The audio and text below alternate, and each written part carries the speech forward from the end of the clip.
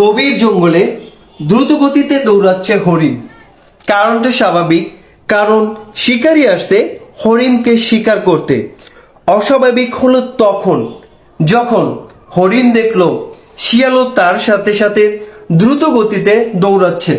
তখন হরিণ শিয়ালকে ডেকে জিজ্ঞেস করলো, ভাই শিয়াল, তুমি তো এই জঙ্গলের সবচাইতে বুদ্ধিমান প্রাণী, তোমার মাথায় কি এতটুকু বুদ্ধি খেলেনি যে শিকারী আমি হরিণকে শিকার করতে আসছে, তুমি শিয়ালকে নয়? তখন শিয়াল এইভাবে উত্তর দিল, দেখো হরিণ, এখন আমার প্রমাণ করার দরকার নেই যে তুমি হরিণ এবং আমি শিয়াল।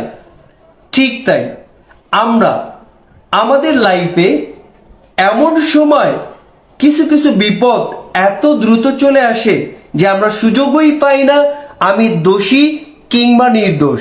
তাই বিপদের আশ পাওয়া মাত্র আমাদের প্রিভেন্টিভ অ্যাকশন নেওয়া উচিত, প্রিভেন্ট করা উচিত।